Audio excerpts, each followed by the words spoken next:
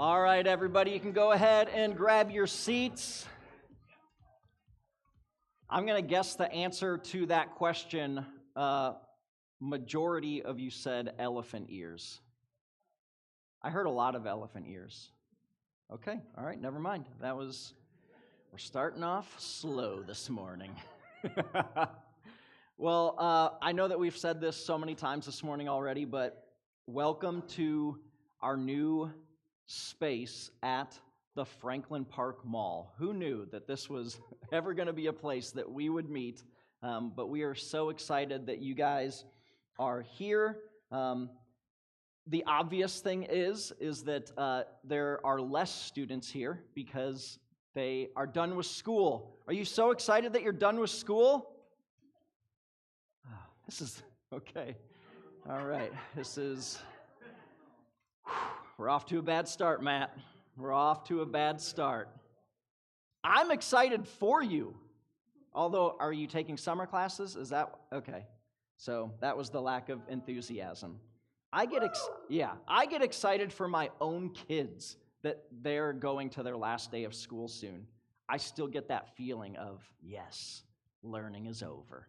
But not this summer, because we are starting a new summer series in the book of Proverbs called The Beginning of Wisdom. And here's why we're doing this, is because here's the sense that I get and I've had for most of my life, is that most of the calendar year is busy, it's chaotic, there's a lot of decisions that need to be made. Sometimes it can be stressful, and this is whether you are a student or you're just living your adult life. I've just found that most of the calendar year has this rhythm of fast pace. And I don't know if I've been tricked into thinking that summer is different, but it feels like the summer is a little bit different, that the pace seems to slow down a little bit. And even though for those of you that are students that just got done with your semester, and maybe you're beginning another summer semester, I've always found that the summer months are really good for learning. It just seems like there's a different atmosphere, different mindset during the summer, and I really feel as though that I learn a lot during the summers. And so that's why we're doing this series called The Beginning of Wisdom in the book of Proverbs, because that is a whole book of the Bible that is designed and written to help us navigate many of life's different situations. That's the whole point of Proverbs. And so we're going to be looking at different Proverbs each week, and we're just going to get the answer to the question out of the way. Well, where does wisdom begin, right? That's the name of our series, The Beginning of Wisdom. And if you guys have a Bible, you can open it up. If you don't, everything will be up on the screen. But in Proverbs 1 through 7, we're going to look at verse 7 first, because that is the answer to the question, where does wisdom begin? And it says, "The fear of the Lord is the beginning of knowledge." And as we go throughout Proverbs, we're going to see all these words kind of interchange. Knowledge, wisdom, learning, instruction. They all kind of mean the same thing. But the fear of the Lord is the beginning of wisdom. And I think that first part, the fear of the Lord, right? I think that's a misunderstood phrase. What exactly does it mean to fear the Lord? And I would say, honestly, not until fairly recently did I understand what that phrase meant. I took a trip with my oldest son to the Redwoods in 2021. Out in California, they have just these enormous trees. And when I say enormous, if you've never seen them, it's hard to imagine just how big these trees are. And when we got in on our first day and we got to our campsite, we were surrounded by redwoods. We were tent camping around redwoods, but we had a plan for the next day to go on a hike to, a hike that everybody said, you have to do this one while you're here. So we drove to the trailhead, and as soon as we drove up to the road that would lead us to the trailhead, we came upon this. I know that's really hard to see, but my son is down at the bottom, and we just stopped the car to get this picture because look how tiny he looks compared to those trees. And then if you want to go to the next picture, this is what actually, it's right there. This was on our hike, just holding my hands out and how small I look to the tree trunks. But really, when we were driving in, here's what I got a sense of. I've never had a physical reaction like this, but as I drove up, there was, I'm telling you, a genuine terror and fear of these trees are so massive. But at the same time, I looked at them and I was just like, I'm in awe of these. I had fear and terror and awe in the same feeling. And I think that's what the fear of the Lord is that these things that are opposite of each other can be true at the same time. I looked at these trees and I thought to myself, these things could crush me. They could take me out at any second, but at the same time, I'm so mesmerized by their beauty. And that's what the fear of the Lord is like. It's the massiveness of God that He's so powerful, it would both make us tremble and fear, but be in absolute awe of who God is. And many times when you read through the Bible and you see people have a powerful moment with God, this is exactly what they do. They fall to the ground in trembling and in fear, but at the same time, they're in awe of what they are seeing in front of them, even when angels are in front of them. They fall to the ground in fear, but they're in awe. And so these two conflicting ideas can be true at the same time. And this is the kind of relationship that God wants to have with us. And this is our only chance, if we have this kind of relationship, is to gain wisdom. Right? Because it says the fear of the Lord is the beginning of wisdom. Almost kind of warning us, saying we have no chance of getting wisdom unless we have this kind of relationship with God, that we are in such awe of who He is, and we actually have a little bit of trembling at the power and the massiveness of who He is. That's the kind of relationship that we need to get wisdom. And I think it would be irresponsible of me to start a series off like this to say this is the kind of relationship that you need with God and not ask, is this the kind of relationship that you have with God?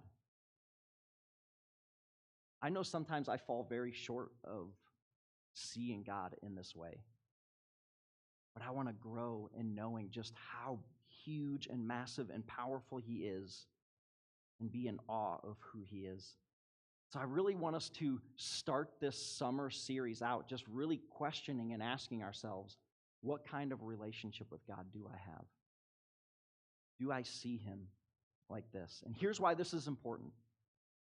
Because when we know a God so powerful and we are in absolute awe of Him, we surrender to whatever He says. Like, if those trees could have spoken to me that day, I would have done whatever they said. Just because the respect I would have had for the power and the awe of who these trees were. So the fear of the Lord is the beginning of wisdom. But then we have to look at another aspect of wisdom. We need to have this kind of relationship with God where we fear and we are in awe of Him, but we also need to have a relationship with Him where we are willing to talk to Him. So James, who is Jesus' half-brother, he writes a letter in the New Testament, which a lot of people say is like the Proverbs of the New Testament. Proverbs, which we're going to be in for the summer, is in the Old Testament before Jesus came. James is written after Jesus came and died, and James writes in very much in a wisdom-filled way. And this is what James says in James chapter 1. He says, if any of you lacks wisdom, which we all do, we all lack wisdom, you should ask God. You should ask God. And James isn't saying because it's the right thing to do, but because James says you should ask God, who gives generously to all without finding fault, and it will be given to you. So we ask for wisdom because God gives generously, right? We need to have a respect and an awe for God, but we also need to see that God is a generous God, and he gives generously to all without finding fault. Meaning, when we ask him, he doesn't say, are you that stupid? Do you not know that already? No, he says, I'm so glad you asked. I would love to tell you what you need to do. I would love to give you the answer. I would love to provide you the wisdom that you are asking for. He doesn't look at us and say, terrible question. He wants to give generously. And then James continues. He says, but when you ask, you must believe and not doubt, because the one who doubts is like a wave of the sea, blown and tossed by the wind. That person should not expect to receive anything from the Lord. Such a person is double-minded and unstable in all they do. So when we ask God for wisdom, we shouldn't doubt what he says, because when we have absolute awe and respect and fear of him, and we believe that he gives generously, we can take it to the bank that what he tells us is true.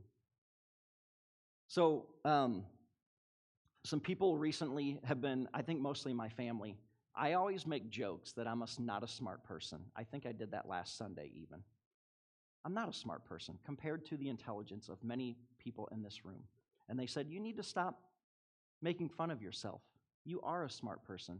And I said, well, I think I'm not smart or intelligent, but I think what people have often said of me is that I'm wise. People have often said that of me. And so I think that's mostly due to my early years of being a Christian. I asked God for wisdom all the time.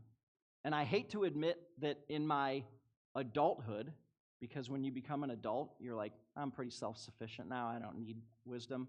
Wrong. That's the wrong answer, okay? But when I was young and when I was first getting to know God, I was asking him for wisdom for everything. When I started getting into a relationship, dating now my wife, Gretchen, I was asking wisdom, right? When you're young and you're trying to date, you know nothing, okay? You don't really know a whole lot, and you need the guidance of many people, and you need the guidance of God. What should I do? How should I treat her? What should I say? Like all these things. And then also, I remember there was a summer where I had a landscaping job, and I was on a lawnmower for 12 hours a day. And I had a big decision. I was coming up on graduation. I had a big decision to make on whether I was just going to do a job within my degree or I was going to go into ministry. For hours and hours, I'd be on that lawnmower, day after day, asking God, what should I do? What should I do?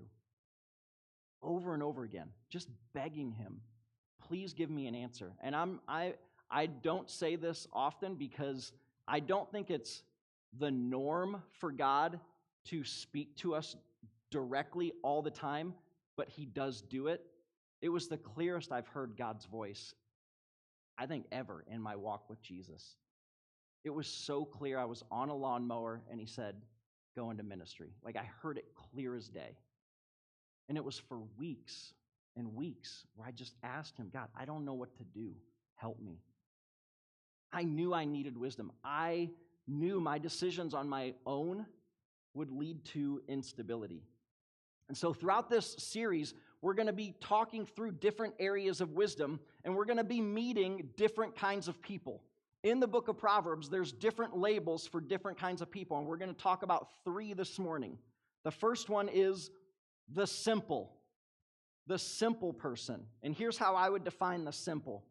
Someone who has not given much thought to important decisions. They typically just go wherever the current takes them. Kind of referring back to the James verse. Like when we don't believe God and we don't ask, we're just kind of being tossed from side to side. And then we have the fool. The fool is someone who knows the difference between what is right and wrong, but still chooses to make the wrong decision, even if it has negative consequences on their life. Even if they're certain it will have negative consequences on their life, they still make the decision. And then here's the wise. Someone who seeks to understand how life works best as God created it to be. Someone who seeks to understand how life works best as God created it to be. That is the wise. So we're going to meet these three different people today. So starting in verse 1, Proverbs 1, verse 1, it says, "The Proverbs of Solomon, son of David, king of Israel." Okay, that's just telling you who's writing these Proverbs. He doesn't write all the Proverbs that we're going to go over this summer. But Solomon, son of David, he was the king of Israel when he wrote these. So who is Solomon and why should we trust his wisdom? We're just going to go through this very quickly. We don't have time to read this, but in 1 Kings 3, the Lord is speaking to Solomon, and he says, "Solomon, ask for whatever you want, and I will give it to you." Can you imagine God asking you that? It's like, oh man, I could get anything? And Solomon asks for wisdom. He asks for wisdom. And God was so pleased that he didn't ask for money. He didn't ask for more wishes, right? That's when, if we ever had a genie, you should ask for more wishes. He didn't ask for more things. And God was so pleased that he gave him and granted his request. Because wisdom wasn't just for Solomon. This wisdom was to be a great king, a great leader, so that he could impact other people's lives. And so God was so pleased, he was like, there's never going to be anyone like you.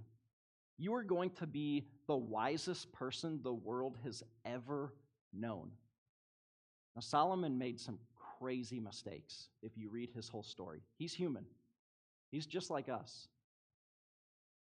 But the guy could make decisions that were good and right and just for people. And so this is who's giving us advice. So as we continue, okay? So he's saying these proverbs were written for gaining wisdom and instruction, for understanding words of insight, for receiving instruction in prudent behavior, doing what is right and just and fair, for giving prudence to those who are simple, knowledge and discretion to the young. Okay, so I have some bad news for those of you that are young in this room. Okay? Teenagers to, I would say, an undetermined age of what is considered young. I don't know. Not really sure. It's all on a scale that's very gray. Okay? So here's the bad news. The stage of life that you are in right now, you are in many ways unavoidably simple. That's just the facts. You are in a stage of life where you just don't understand a whole lot. It doesn't mean you're stupid. It doesn't mean you're not intelligent. It doesn't mean you can't be wise. It just means you are in a stage of life where you have not experienced life in all of its decisions. So you are just unavoidably simple. It's part of growing up. So it's a good thing. This is not a knock on like, oh, young people don't know anything. It's true throughout all human history. It's unavoidable. But here is the warning in this, okay? You don't want to leave your early years and still be simple. You don't want to leave your early years and still be simple, because in truth, you actually won't be simple anymore. You will be given a different title. You will grow up to adulthood. You will grow up to whatever age that is to be an adult and have responsibilities. You will grow up to be adulthood, and you will no longer be simple, but you will be foolish. You will be a fool because you will have learned what is right and what is wrong in a lot of areas of life. And so my warning to all of you who are young, and this still applies to all of us who are a little bit more aged, that we need to learn not to just be simple and turn into fools, but we need to become wise. But I think all of us know, even in our younger years, I think I asked this question to a group of high school students that I was speaking to at my kids' high school. And I just said, how many of you know grown adults that never sought to get out of the simple stage and they just act like fools? And I was surprised at how many head nods and even hands that went up when I asked that question. Kids know the difference between someone who is simple and who is a fool. And I warned those kids that day as well. Don't grow up and get out of the stage and become a fool. Learn and grow. But then also I ask you parents in the room, because when we read the book of Proverbs, you'll notice that it's like a parent speaking to their children. It says over and over again, my son. So it's like a father speaking to a son. My son, listen to my advice. Listen to my warnings. Keep close to what I am about to tell you. Over and over again, we hear that. So parents, where are the intentional spaces in your life where you have the opportunity to teach your children? And when I say intentional spaces, like it is your intention to teach them something of wisdom that they are going to be able to walk away with for the rest of their lives. So your parenting plan cannot solely be based on, they'll watch how I do things and they'll learn, right? It's the caught or taught philosophy. Are our kids going to catch things from us, or are they going to teach, or are they going to learn things from us or as we teach them? It's both. But I think too many parents are, they'll just see me do it and they'll learn. No, we have to teach our kids. One way my wife, Gretchen, and I have done this is that before our kids enter high school, we take them on a trip and we tell them you can go anywhere you want in the United States, not Hawaii, not Alaska. And that was the trip that I took my son on to the Redwoods. And we talked. We had great conversations. And then my wife took my daughter on a cruise. And then this summer, I'm going to take my youngest on his trip. And we're going to have time to talk. We're going to have time to have so much fun. But this is like an intentional space that we decided that this is important enough for us to do. And we realize that not everybody can take trips. But the point is, do we have intentional space in our schedules to teach our kids the wisdom that they need to know? Okay, let's move on. As Solomon continues in verse 5, he says, let the wise listen and add to their learning, and let the discerning get guidance for understanding proverbs and parables, the sayings and riddles of the wise. So there's three things here that Solomon says. He says, the wise listen, right? They observe and they listen to the wise people around them or the wise things that are said around them, and then they file it away for when they actually need it. They observe and listen to the world around them to notice what is wise and what is not wise. And so I was traveling earlier this week with a few of our staff, Ian and Sarah, and we were flying Southwest, and on the way home, we were sitting at our gate, and they do the announcements of when we're going to leave, but then they also do the announcements of, hey, we've overbooked this flight and we need some overhead overhead space. Would you like to check your bag for free? So they were doing that announcement. And I noticed this woman gave this announcement in such an interesting way that stuck out. She said, we're looking for people to check their bags because I overbooked this flight. I overbooked this flight. Not for a second do I believe that woman overbooked this flight, but she took responsibility for it. I'm filing that away. I don't know exactly what to think, but the humility that woman had to take on to say, hey, my fault. I did this. I overbooked it. It's clearly not her fault. She had nothing to do with it, but she took personal responsibility. I was like, man, there's some wisdom in there somewhere. I've been thinking about it ever since we got home. I just thought it was such an interesting thing. So the wise listen. They're waiting to hear something that they can take away from other people. Second, the wise add to their learning. That's what Solomon says. The wise add to their learning. They seek it out. They're looking and listening for new ways to live their life. They're listening for God's voice. They're listening for what they need to do and the decisions they need to make.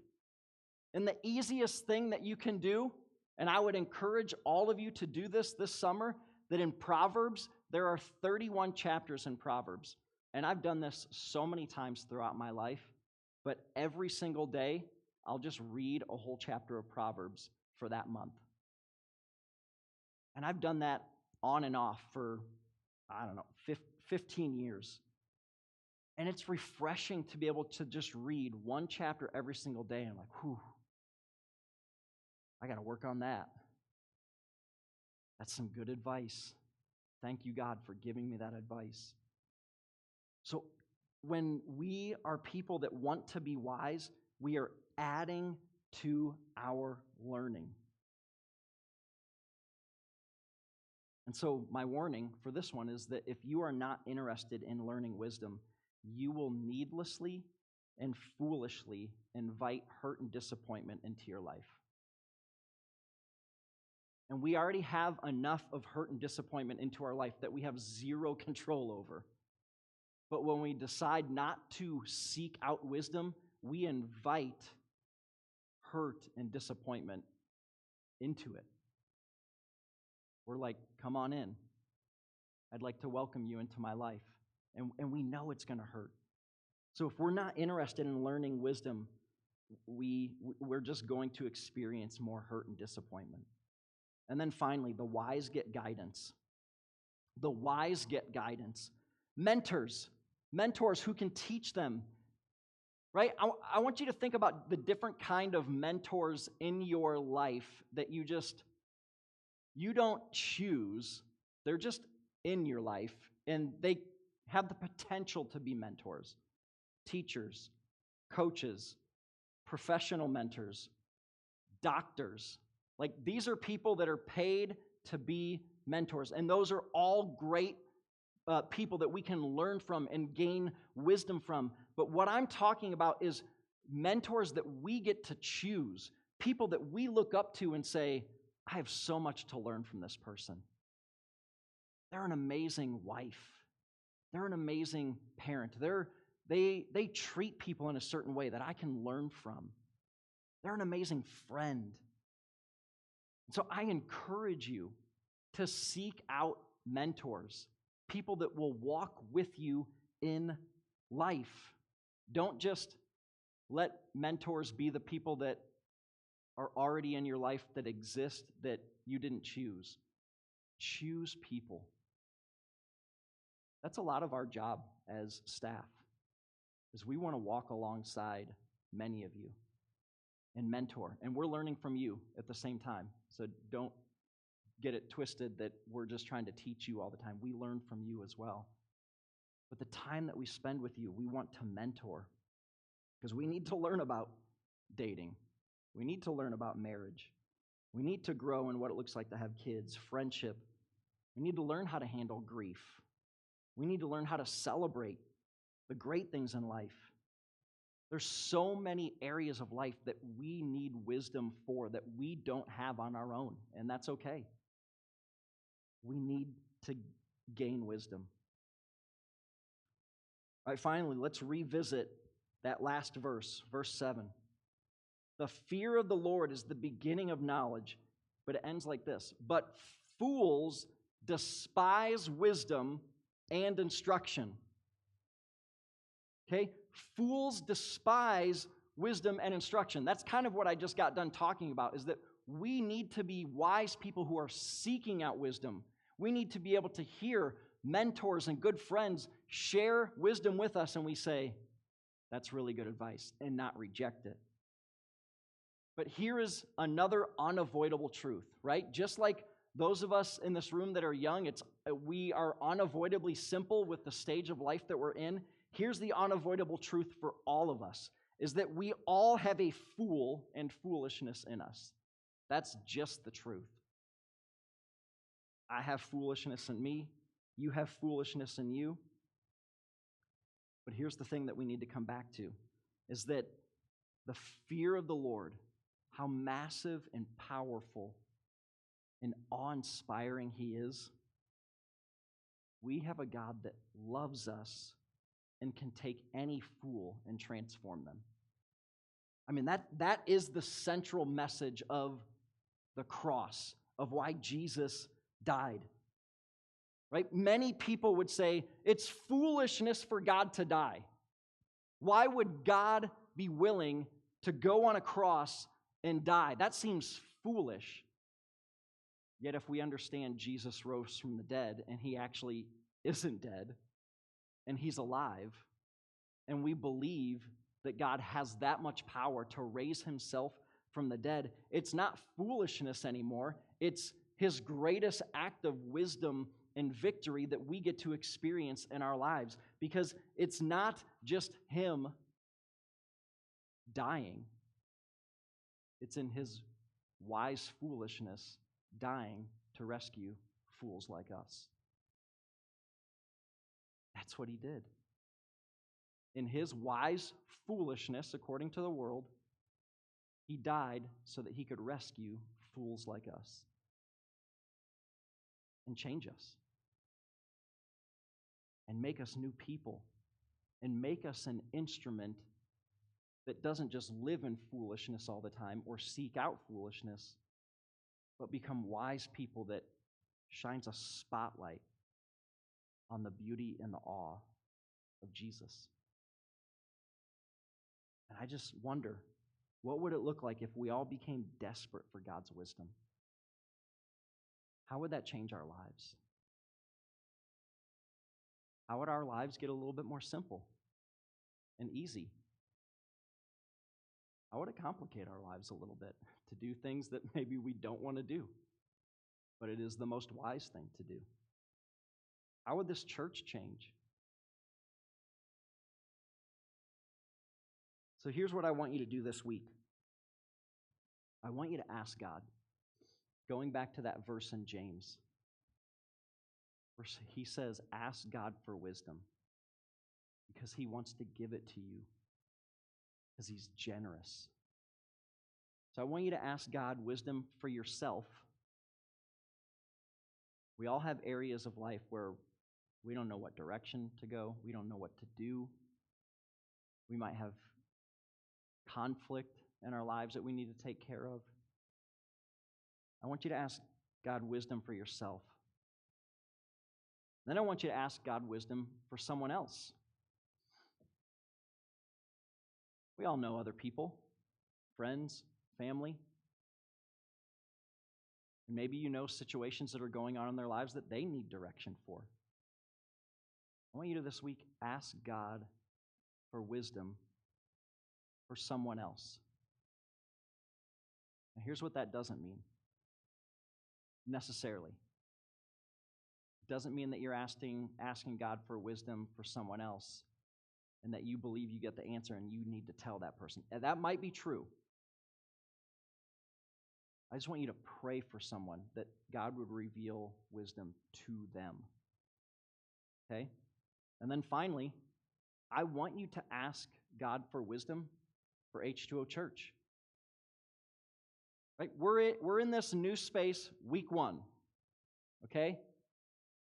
But here's our hope and our prayer. We've kind of told you guys, hey, this is our summer location. But in all honesty, 8 weeks from now, we want to be able to decide if this would be our permanent location. And there's a lot of factors that go into that. How does this impact our mission positively? How does it impact our mission negatively? Is the distance between campus and the mall, is that an issue? Like, we have things, we don't know the answers to these questions. And we're going to be asking you guys, but we're going to be asking God, please help us. And so we want to be able to figure this out in the next 8 weeks. And I truly believe that if over and over again we're just asking God and we're coming together in prayer, we will have an answer. I'm certain of that. So this week, I want us to ask God. Right? It seems so simple. Ask God. But I'm amazed at how often I don't just ask God for wisdom. So that's what I want to leave us with this morning, is that we want to have a relationship with God that it is almost automatic. God, you are so amazing. You are so powerful that I have to ask you. I have to. I have no other options. So I'm going to pray that that's what we do right now, and the band's going to come up and we'll sing a few more songs. Lord,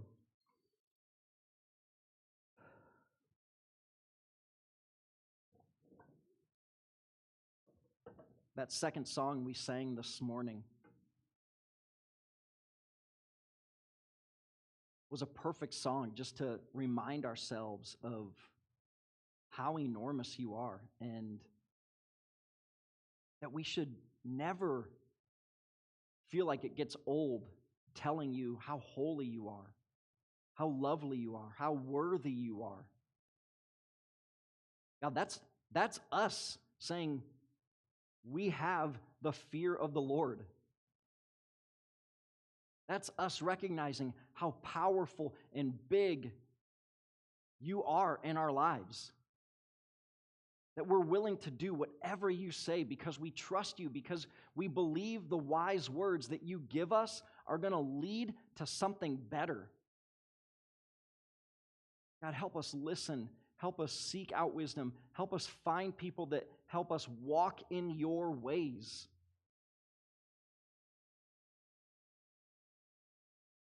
God, we need you. We need you more than we would ever admit. So God, I even pray that over these next few songs, our heart starts to build in faith for you. That our hearts start to be drawn more towards, I can't do life on my own. There's just too much difficult things that I need help with. Let us become desperate for you.